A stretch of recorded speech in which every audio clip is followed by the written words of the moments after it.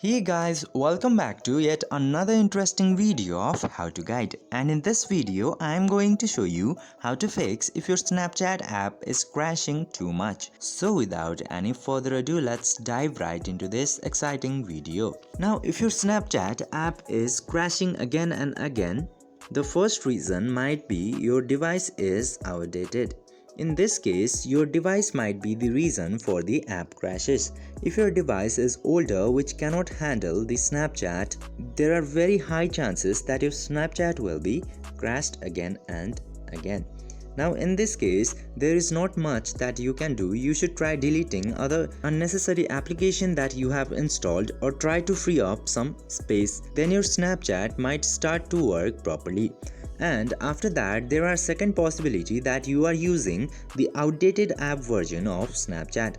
In order to solve this, just simply open your Play Store or App Store depending on the platform that you are using and search for the Snapchat into there. And there is new update available for the application. Just simply click to the update button and update your application, and after that your Snapchat will start to work properly without the crashes. And if it still doesn't work, you should try to uninstall and reinstall the Snapchat application.